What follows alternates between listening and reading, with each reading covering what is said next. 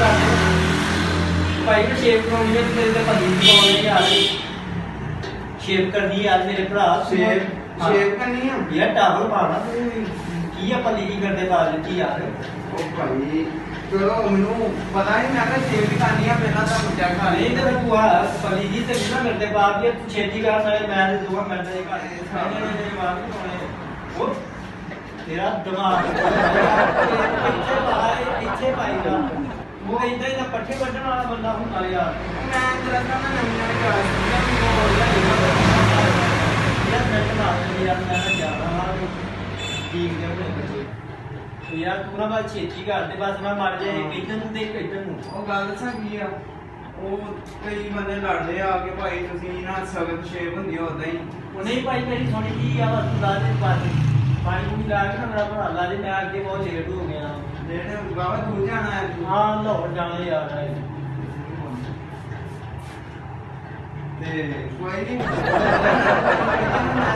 ਦੋ ਚਾਰ ਬੰਦੇ ਆ ਕੇ ਲੜੇ ਯਾਰ ਤੂੰ ਨਰਮ ਨਹੀਂ ਕਰਦਾ ਉਦਾਂ ਹੀ ਤੂੰ ਕਰ ਦੇਣਾ ਸਖਤ ਯਾਰ ਤੂੰ ਬਾਰੇ ਸਮਝਾ ਦੇ ਬਸ ਮੈਂ ਕੋ ਕਰਦਾ ਹਾਂ ਉਹਦਾ ਬਸ ਨਾ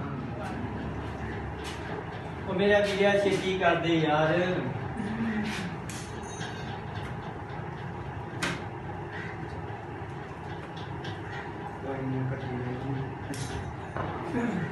ਭਾਈ ਗੱਲ ਦੱਸਾਂ ਕੀ ਹੈ ਹਾਂਜੀ ਹਾਂਜੀ ਪਹਿਲਾਂ ਕਹਿੰਦੇ ਨਹੀਂ ਵੀ ਬੰਦੇ ਦਾ ਨਰਮ ਮੂੰਹ ਕੀਤਾ ਹੋਵੇ ਨਾ ਉਹਦੇ ਨਾਲ ਸ਼ੇਪ ਸਹੀ ਹੋ ਜਾਂਦੀ ਹੈ ਯਾਰ ਹੋ ਤੇ ਜਾਂਦੀ ਪਰ ਮੇਰੀ ਤੇ ਥੋੜੇ ਜਿਹਾ ਬਾਹਰ ਗਾਂ ਲਾ ਦੇ ਤੂੰ ਮੈਂ ਉਹ ਨਹੀਂ ਲਾ ਤੇਰੇ ਟਾਈਮ ਨਾਲ ਹੀ ਦੇਣੇ ਆ ਹੋਰ ਗੱਲ ਕੋਈ ਨਹੀਂ ਅੱਛਾ ਹੈ ਫਿਰ ਠੀਕ ਆ ਫਿਰ ਲਾ ਦੇ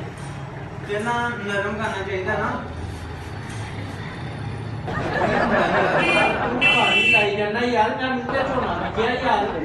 ਕਮਾਲ ਦਾ ਬੰਦਾ ਯਾਰ ਤੂੰ ਮੈਂ ਸ਼ੇਪ ਕਰਾਉਣਾ ਹੈ ਮੈਂ ਸ਼ੇਪਾ ਯਾਰ ਉਹ ਭਾਈ ਮੂੰਹ ਨਰਮ ਹੋਏਗਾ ਤੇ ਫੇਰ ਤੁਹਾਡੀ ਸ਼ੇਪ ਯਾਰ ਮੇਰੇ ਚਾਰ ਵਾਰ ਆ ਯਾਰ ਅੱਲਾ ਦੇ ਬੰਦਿਆ ਤੂੰ ਪਤਾ ਨਹੀਂ ਗੱਡੀਆਂ ਤੋਂ ਨਾ ਰਿਹਾ ਹਲੇ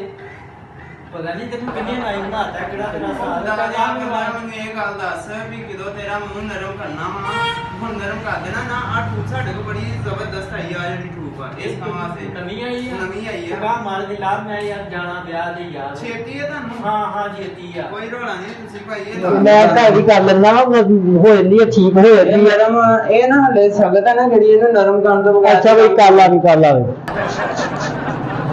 ਯਾਰ ਤੂੰ ਬੰਦਾ ਕਿ ਨਹੀਂ ਹੈ ਯਾਰ ਤੈਨੂੰ ਕਿੰਨੇ ਨਾਈ ਬਣਾਤਾ ਮੈਂ ਲਗਾ ਫੁਜ ਕਰ ਲਿਆ ਕਰਨੇ ਆ ਉਹ ਖੁਦਾ ਦਾ ਕੋਮ ਕਰ ਮੈਂ ਤੈਨੂੰ ਸ਼ੇਪ ਕਰਾਉਣਾ ਹੈ ਮੂੰਹ ਤੇ ਝੋਨਾ ਲਾਇਆ ਮੈਂ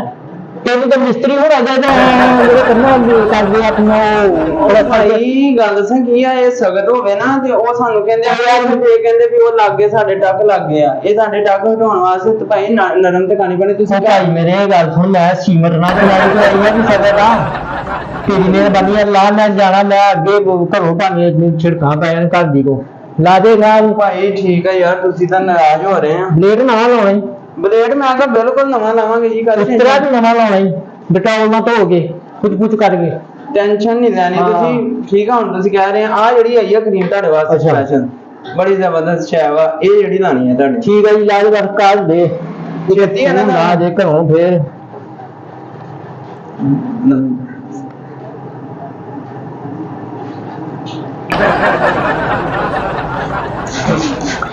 ਉਹ ਯਾਰ ਤੂੰ ਪਾਣੀ ਵੀ ਲਾਈ ਜਾਂਦਾ ਯਾਰ ਕੀ ਤੂੰ ਗੱਡੀਆਂ ਤੋਂ ਨਾ ਇੱਥੇ ਤੈਨੂੰ ਮੇਰਾ ਮੂੰਹ ਦੀ ਰਕਸ਼ਾ ਨਹੀਂ ਆਉਂਦਾ ਕਿ ਮੈਨੂੰ ਦਾ ਕੀ ਕਰਨਾ ਪੈਂਦਾ ਯਾਰ ਉਹ ਭਾਈ ਇਹਨੂੰ ਮੂੰਹ ਨੂੰ ਸਹੀ ਤਰ੍ਹਾਂ ਪਹਿਲਾਂ ਨਰਮ ਕਰਨਾ ਦਾੜੀ ਯਾਰ ਨਰਮ ਹੀ ਵੇਖਾਂ ਜੀ ਮੈਂ ਸੀਮਟ ਲਾਇਆ ਸੁੱਕ ਗਿਆ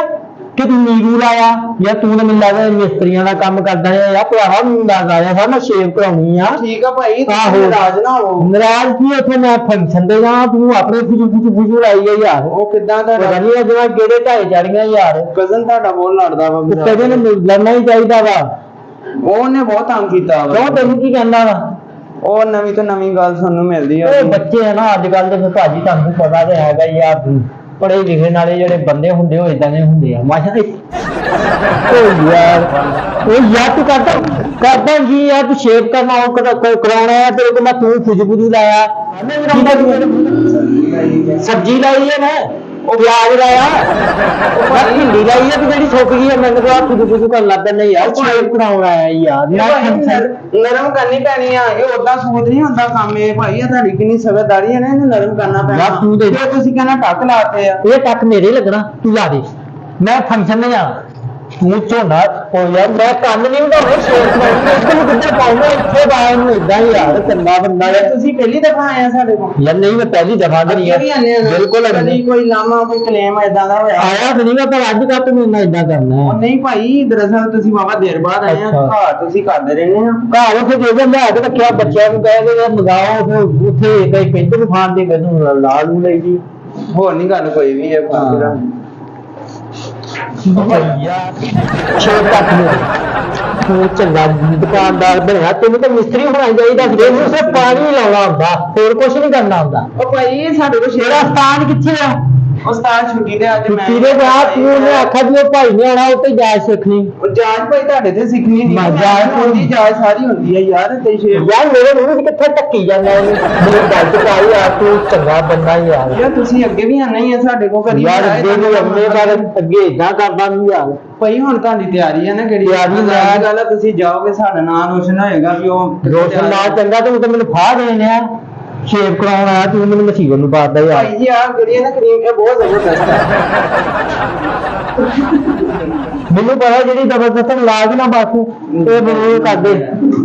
ਠੀਕ ਹੈ ਬੜੀ ਜ਼ਬਰਦਸਤ ਕਰੀਮ ਹੈ ਉਹ ਅੱਗੇ ਵੀ ਆਨੇ ਆ ਕਦੀ ਤੁਹਾਨੂੰ ਲਾਵਾਂ ਹੁਣ ਸਹੀ ਤਰ੍ਹਾਂ ਨਰਮ ਤੇ ਹੋ ਲੈਂਦੇ ਨਰਮ ਹੋਏਗੀ ਤੇ ਫੇਰ ਹੀ ਆ ਹੁਣ ਉਸਤਾਦ ਨੇ ਸਾਨੂੰ ਇਹ ਕਿਹਾ ਵਾ ਕਿ ਮੇਰੇ ਆਉਣ ਤੋਂ ਪਹਿਲਾਂ ਪਹਿਲਾਂ ਬੰਦਾ ਤਿਆਰ ਕਰਕੇ ਰੱਖਣਾ ਤੂੰ ਉਸਤਾਦ ਨੇ ਆਖਿਆ ਵੀ ਜਿੰਨਾ ਜਿਹੜਾ ਮੈਂ ਉਹ ਬੰਦਾ ਪੂਰਾ ਨਿਭਾ ਲੈਣਾ ਨਹੀਂ ਭਾਈ ਨਵਾਣਾ ਨਹੀਂ ਯਾਰ ਤੂੰ ਕੀ ਆ ਹਾਂਜੀ ਇਹ ਗੱਲ ਇਹ ਆ ਵੀ